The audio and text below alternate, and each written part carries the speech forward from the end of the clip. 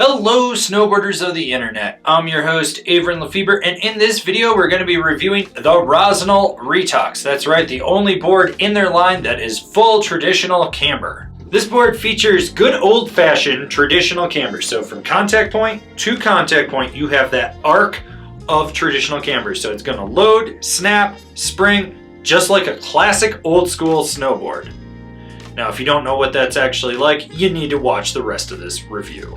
This board is available in 4 sizes, 147, 150, 153, and 156. I rode this board at Copper Mountain on a day that was overcast skies, flat light, colder temps, some wind, there was chunder snow, ice, corduroy, kind of just that early season overcast blah, and I rode it with my Rome Black Label bindings and my K2 Thraxis boots. This board has that predictable middle of the road park flex, slightly softer tips, stiffening up through the middle to the dead center where the torsional flex takes over and it gets a little bit softer.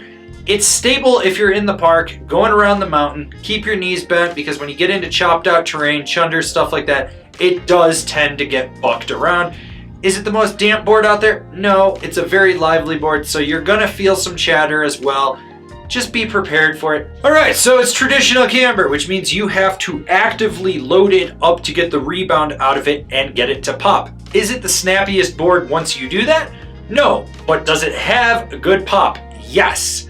You'll be able to ollie a slow side if you want to, fly off of a roller, hit a side hit and boost, and when it comes to jumps, it doesn't suck. Yeah, the lip will do a little bit more work, but if you load up and push into it, you're still going to get optimal pop with it. This board, due to the flex and what it is, small to medium-ish or small-large jumps, really where you want to kind of keep it with it, but this board is solid in the air. Here's the thing about this board. It's traditional camber, which means it's going to fight you when you butter. You want to get your weight way out on the nose or the tail, lock it in, and understand that that arc is going to fight you. What's going to happen when you lock it in? It's going to press, but it's going to want to pop out, it's going to want to swivel around on you, so it's going to have some fight to it.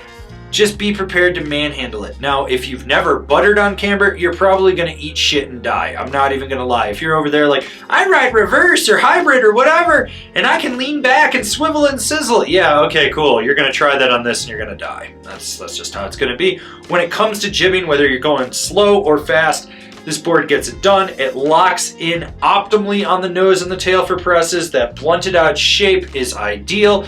It pops out of the end of the features. With it having traditional camber, it hugs the rail perfectly fine. You're gonna slide sideways without any issues. So let's talk about carving on this board. Would I always rail deep, hard Euro carves with it? No, but can you? Yes. Every now and then when you just gotta lay it over on edge and just rip a hard carve, it's gonna handle it.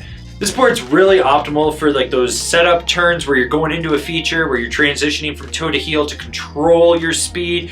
You know, those mellow cars where you're just like, oh, there's a feature over there, and you just sort of swoop over and get to it, hit it, then swoop back over into the line you want. You know, it's not an everyday I'm gonna go carve with it, but it can handle that, which is nice. It does transition smoothly from edge to edge, and it is traditional camber, which means you got that load and that lock, which is gonna give you that drive and snap out of a turn. You're just gonna feel it from about middle of the board all the way back to the contact point. So who's this board for? The park rider that wants good old-fashioned traditional camber. This board never lets me down when I get on it. It's predictable, it's old school camber, you know what you're getting with it. It's solid, it's just a fun all-around board with a good price on it, and it's very meat and potatoes in just what you get. So if you're looking for traditional camber and you want a freestyle board, I'd look at this. It's a solid board. Comparable boards: the Capita Indoor Survival, the Interior Plane Project Haro, the Ride Kink.